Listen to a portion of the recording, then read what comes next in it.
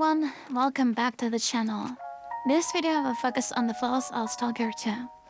After finishing the game, I have plenty to talk about, unfortunately.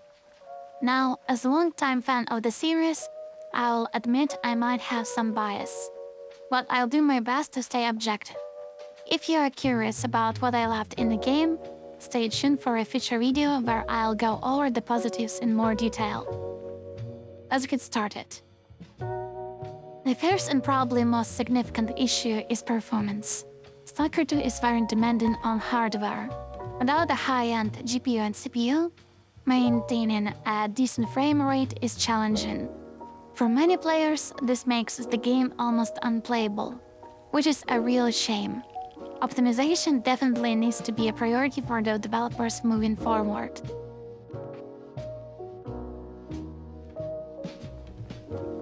Exploring the vast open world of Stalker 2 should feel exciting, but the stamina system really holds it back. Stamina drains far too quickly, especially when carrying loot, which turns exploration into a chore. While navigators make things a bit easier, the game would benefit from a larger stamina pool and slower stamina consumption to make traversal more enjoyable. Mutants in this game have a lot of health, sometimes twice as much as in previous entries. It often feels like I'm playing an RPG and forgot to level up my character. To strike a better balance, mutants should have less health, but deal more damage. This would make combat tense and engaging, without dragging on unnecessarily. Early and mid-game armors can make you almost immune to bullets, which reduces the sense of danger. Mutants, on the other hand, are better balanced, though some, like dogs, could be a bit more threatening. I will say this issue improves in the late game, where even good armor doesn't make you invincible, and enemies deal reasonable damage. Early in the game, resources like medkits, ammo, and bandages are scarce, which adds tension and keeps you on edge. But by the late game, you will likely have more supplies than you know what to do with. The developers should tone down loot abundance to maintain that early game balance and survival feel. Occasionally, you will notice sound disappearing or animations breaking. While it's not a constant issue, it's disruptive when it happens, especially during story missions. These bugs hurt immersion and should be a top priority for future updates. Hello. Let's see what... The in-game economy feels punishing.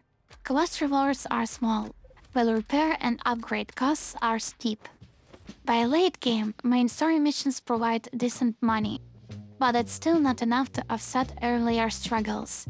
Developers should consider increasing quest payouts, reducing repair costs by 30%, and cutting upgrade costs by half.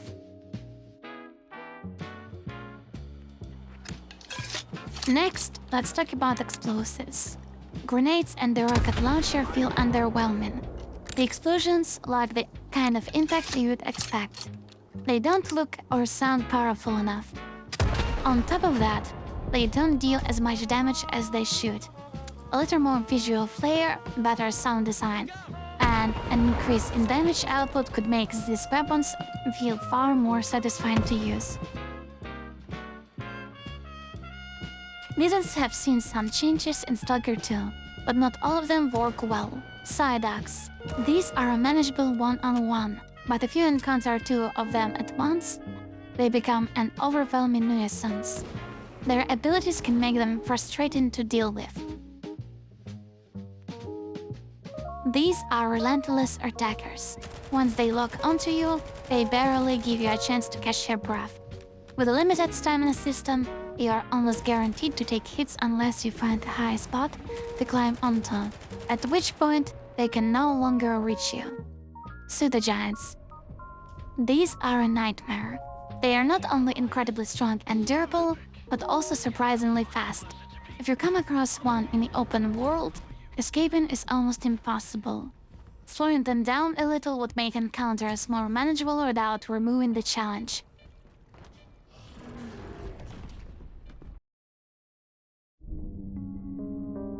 The carry weight system feels overly restrictive, especially for a game with such a large open world. While this is in line with the original games, I think increasing the carry limit to 70 kilograms before becoming overweight would improve the experience significantly. Another addition I'd like to see is the option to buy Hercules, a medicine that temporarily increases your carry weight. One major disappointment is the lack of companions. In Call of Pripyat, you could have other stalkers join you on your journey. Their absence in Stalker 2 feels like a step back. Having companions would add depth to the gameplay and make the zone feel more alive and interactive. NPC behavior in camp can be odd. Characters often get stuck, awkwardly walking in place as they try to navigate their surroundings. Even worse when someone sits at the table, they sometimes hover in mid-air, which completely breaks immersion. Fixing these small but frequent issues would go a long way in making the world feel more immersive. Let's address one of the most frustrating problems: game-breaking bugs.